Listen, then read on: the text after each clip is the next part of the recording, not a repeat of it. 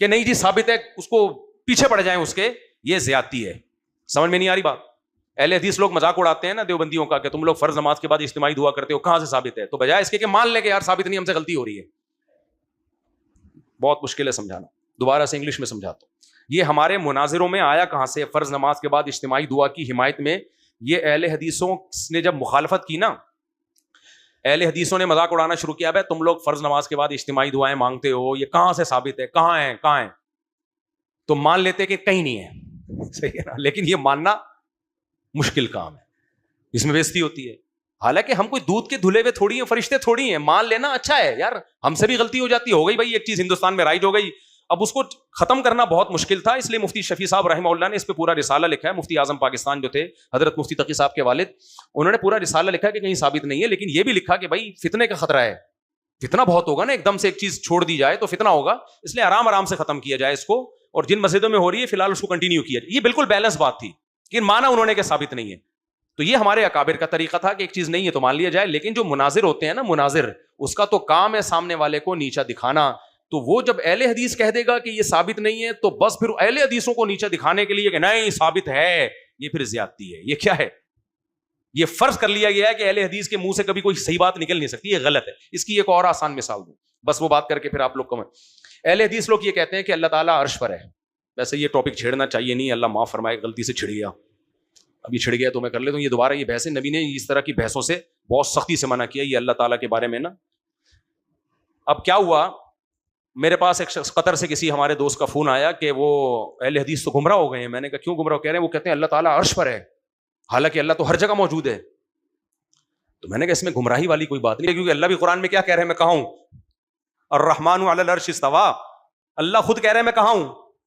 تو اہل حدیث اس مسئلے میں گمراہ کیسے ہو گئے؟ تو کہہ رہے ہیں اس کا تو مطلب ہے نا, اس کا مطلب جو بھی, میں نے کہا جو بھی مطلب ہے اللہ نے وہ مطلب بیان کیا. اللہ نے اتنا کہا کہ اللہ عرش پر ہے, مطلب تم خود ہی تلاش کرتے رہو. تو ہم بھی جب یہ کہہ دیں کہ اللہ عرش پر ہے, مطلب کہ ایسی کی تیسی, منہ سے ہم نے جب یہ لفظ بول دیا تو گمراہ کیسے ہو گئے؟ نہیں حضرت آپ تو مجھے لگتا ہے غیر مقلد ہو گئے ہیں, آپ تو یہ ہو گئے ہیں, آپ تو فلانا ہو گئے ہیں, آپ تو ہمارے کو تھے نا استاذ تھے حنفی ہیں بڑے پکے. تو لیکن ایک علماء تو محقق ہوتے ہیں نا, فقہ حنفی کو کے ہونے کے ساتھ ساتھ محقق بھی ہوتے ہیں وہ. تو وہ کسی نے کہا آپ اہل حدیث سے بڑے متاثر, انہوں نے کہا میں حدیث سے متاثر ہوں, اہل حدیث سے متاثر نہیں ہوں, لیکن حدیث ہے تو بھائی ہم بھی قرآن اور حدیث سے متاثر ہیں. تو قرآن میں اللہ نے جگہ جگہ یہ کہا ہے رحمان کہاں ہے, عرش پر ہے. پھر حدیث کے صاف الفاظ ہیں, ایک باندی نبی کے پاس آئی, نبی نے اسے چیک کرنے کے لیے کہ مسلم ہے یا غیر مسلم, نبی نے اس سے پوچھا این اللہ, اللہ کہاں ہے. باندی نے ایسے انگلی سے اشارہ کیا آسمان کی طرف اور کہا فی السماء, آسمان میں. نبی نے فرمایا اعتقھا, اس کو آزاد کر دو, فانھا مؤمنۃ, یہ مومن ہے. تو میں نے کہا وہ باندی تو آپ کے رائے کے مطابق گمراہ تھی, اس نے صرف اتنا نہیں کہا اللہ اوپر ہے بلکہ انگلی سے اشارہ بھی کیا. میں نے کہا میرے بھائی پبلک کو وہی دین بتاؤ جو آسان ہو, زیادہ ٹیکنیکل بات. اشاعرہ ماتریدیہ کیا کہتے ہیں, سر آنکھوں پہ یہ سب بڑے بڑے علماء تھے, یہ بحثیں علماء کے لیے ٹھیک ہیں, یہ سب اکابر تھے, بزرگ تھے, ان کے عقائد درست ہیں اپنی جگہ. یہ سب کس کے, یہ علماء ہیں بڑے بڑے, بڑے بڑے علماء, کوئی اشاعرہ میں گزرے, کوئی ماتریدیہ میں گزرے. یہ بحثیں علماء کے لیے چھوڑ دو, عوام کے لیے اللہ کو انہی الفاظ سے یاد کیا جائے گا جن الفاظ سے اللہ نے اپنی حمد و ثنا کی ہے قرآن و سنت میں. سمجھ میں آ رہی ہے بات؟ اللہ نے جب اپنی حمد و ثنا کی, اللہ نے کہا الرحمن علی العرش استویٰ, رحمان کہاں ہے, عرش پر ہے. ہم جب اللہ کی تعریف کہیں گے اے عرش کے مالک, اے عرش والے, اور انگلی کہاں اٹھائیں گے, بولو. باقی ٹیکنیکل باریکیاں ماتریدی نے اس کے مطلب وہ مطلب اب علماء کے لیے چھوڑ دو. غلط کسی کو نہ کہو, برا کسی کا نہ کہو. چاروں سب طرف سلفیوں میں بھی بڑے بڑے علامے ہیں, اشاعرہ میں بھی بڑے بڑے بزرگ علامے گزرے ہیں, ماتریدیہ میں بھی بڑے بڑے علامے گزرے ہیں. ہمارا یہ منہ نہیں ہے کہ ہم کسی عالم کا نام لے کے رد کریں, سب بڑے بڑے لوگ ہیں. عوام کیا کرے گی, عوام کہے گی جو اللہ نے اپنے لیے جو الفاظ استعمال کیے ہم بھی وہی الفاظ استعمال کریں گے. سمجھ میں آ رہی ہے بات؟ اچھا, یہاں ایک سوال پیدا ہوتا ہے. یہاں لوگ کہتے ہیں مفتی صاحب آدھی باتیں بیان کرتے ہیں, آدھی پی جاتے ہیں, تبھی ہم کہتے ہیں یہ غیر مقلد ہیں. قرآن میں جہاں یہ ہے کہ اللہ عرش پر ہے, قرآن میں وہاں یہ بھی تو ہے وَهُوَ مَعَكُمْ أَيْنَمَا كُنْتُمْ, تم جہاں بھی ہو وہاں تمہارے ساتھ کون ہے, اللہ ہے. قرآن میں یہ بھی تو ہے نا, تم جہاں بھی ہو تمہارے ساتھ کون ہے, اللہ ہے. بھائی دیکھو, کسی بھی زبان میں اس زبان کے جو محاورے اور مفہوم ہیں ان کو پیش نظر رکھ کے اس کا ترجمہ کیا جاتا ہے. اردو میں، انگلش میں، عربی میں، ہر زبان میں. میں جب آپ کو کہیں بھیج رہا ہوں اور آپ گھبرا رہے ہو، میں کیا کہوں گا؟ یار تم جہاں بھی ہو میں تمہارے ساتھ ہوں.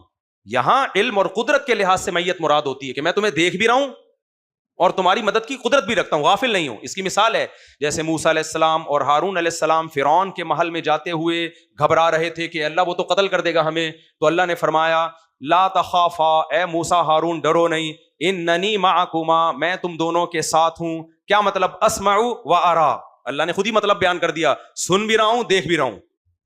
یعنی میرا علم کامل ہے، ہر چیز کا مجھے پتا ہے، اور قدرت کامل ہونے کا تو تمہیں ویسے ہی معلوم ہے.